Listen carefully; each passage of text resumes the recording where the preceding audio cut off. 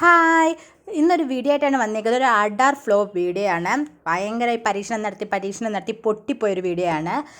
ഈ video success ആവുകയാണെങ്കിലും flop ആവുകയാണെങ്കിലും ഒരു video ചെയ്യണമെന്ന് ആദ്യമേ കരുതിയിരുന്നതാണ്. അതുകൊണ്ടാണ് കേട്ടോ വീഡിയോ ഇട്ടേക്കുന്നത്.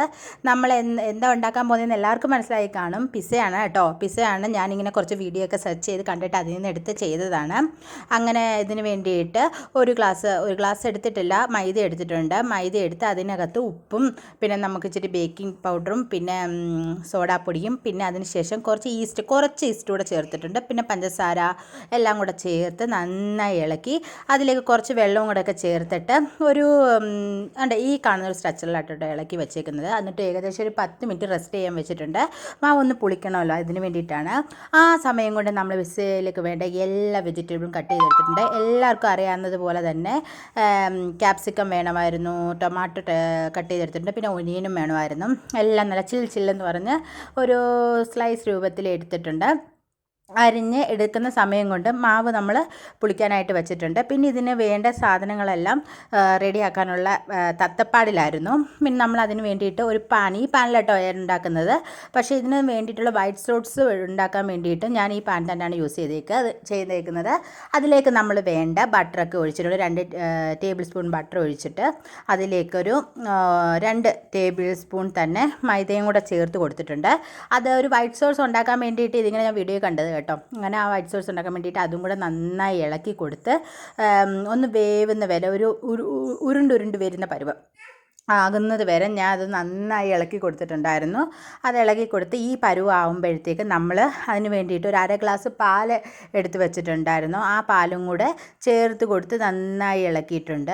ഇങ്ങനെ ഇളക്കി കൊടുത്തിട്ടുണ്ട്. നമ്മൾ ആദ്യം കുറച്ചാണ് ഒഴിച്ചു കൊടുക്കുന്നത്. കാരണം അതിൻ്റെ കൺസിസ്റ്റൻസി അറിയണമല്ലോ. എൻ്റെ വിചാരം ഇതുകൊണ്ട് അത് ഓക്കെ ആയിരുന്നു എന്നാണ്. പക്ഷേ പറ്റിയില്ല, ആ പാലിലൊന്നും അത് ഒതുങ്ങിയില്ല. പിന്നെ ഞാൻ കുറച്ച് വെള്ളവും കൂടെ ഒഴിച്ച്, ഒരുപാട് പാലൊഴിച്ചാൽ മധുരിക്കുമല്ലോ, അതുകൊണ്ട് ഞാൻ കുറച്ച് മൈദയും കൂടെ അല്ലേ, അന്നേരം വേറൊരു ടേസ്റ്റ് വരുമല്ലോ. അങ്ങനെ അതുകൊണ്ട് ഞാൻ കുറച്ച് വെള്ളവും കൂടെ ചേർത്തിട്ടുണ്ടായിരുന്നു. ആ കുറച്ച് വെള്ളവും കൂടെ ചേർത്ത് നന്നായി അതങ്ങോട്ട് ഇളക്കി.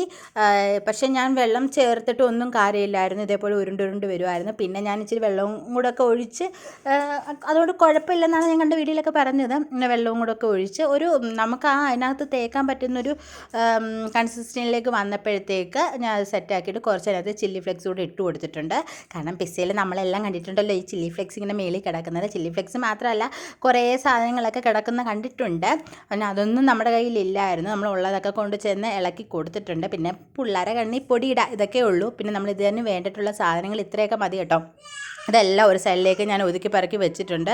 ഇതെല്ലാം ആക്കി വെച്ച ശേഷം എനിക്ക് 2 പിസ്സ ഉണ്ടാക്കാനുള്ള മാവ് ഇട്ടിട്ടുണ്ടായിരുന്നു കേട്ടോ. വലിയ കട്ടിയും വേണ്ട, എന്നാൽ ഒട്ടും കട്ടി കുറച്ചും അല്ല എടുക്കേണ്ടത്. ആ രീതിയിൽ നമ്മൾ എടുത്തിട്ട് ഒന്ന് പരത്തി എടുത്തിട്ട്, ഇത് വീട്ടിൽ തന്നെ ഉണ്ടാക്കിയ നെയ്യാണ് കേട്ടോ. ഞാൻ അതോടെ എടുത്തിട്ട് പാൻ ചൂടാക്കാൻ വെച്ചായിരുന്നു. എൻ്റെ ഒരു ഇഷ്ടത്തിന് ആ പാനിലേക്ക് ആ നെയ്യും കൂടി ഇട്ട് കൊടുത്തിട്ടുണ്ട്.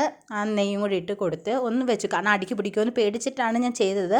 അതോടെ ഇട്ട് കൊടുത്ത് ഒരു 5 മിനിറ്റ് പ്രീ ഹീറ്റ് ചെയ്യാനായിട്ട് വെച്ചിട്ടുണ്ടായിരുന്നു. ആ സമയം കൊണ്ട് ഞാൻ നെയ്യ് ഇച്ചിരി നമ്മുടെ എന്താ പറയുക പിസ്സയുടെ മുകളിലേക്കും തേച്ച് കൊടുത്തു. ആ മാവിൻ്റെ മുകളിലേക്കും തേച്ച് കൊടുത്തിട്ട് അതിലേക്ക് ചില്ലി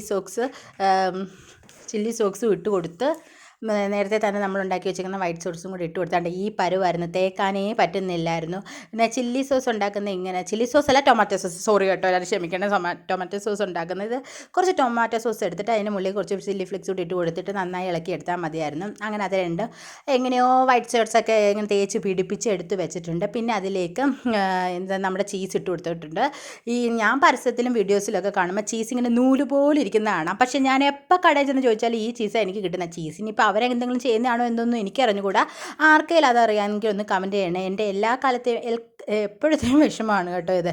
ഞാൻ എടുക്കുന്ന ചീസ് എപ്പോഴും ഇങ്ങനെ ഇരിക്കത്തുള്ളൂ. പിന്നെ ഞാൻ അതിൻ്റെ പുറത്തേക്ക് കുറച്ച് ക്യാപ്സിക്കവും നമ്മൾ അരിഞ്ഞ് വെച്ചിരിക്കുന്ന സവാളയും ടൊമാറ്റോ ഒക്കെ ഇട്ട് കൊടുത്തിട്ട് ഇതായിരുന്നു ഷേപ്പ്. ഇതെല്ലാം ചെയ്ത് വെച്ചപ്പോഴാണ് ഞാൻ ഓർത്ത് ഈശ്വര ഇതൊരു പ്ലേറ്റിലായിരുന്നു ചെയ്യേണ്ടത്. അങ്ങനെ കഷ്ടപ്പെട്ട് എങ്ങനെയൊക്കെ എടുത്ത പാനിൽ വെച്ചിട്ട് പാൻ അടച്ച് വെച്ചു. 10 മിനിറ്റ് കഴിഞ്ഞപ്പോൾ ഇതായിരുന്നു. പിസ്സ ആയി കിട്ടിയില്ലെങ്കിലും നല്ല ടേസ്റ്റ് ഉണ്ടായിരുന്നു കേട്ടോ.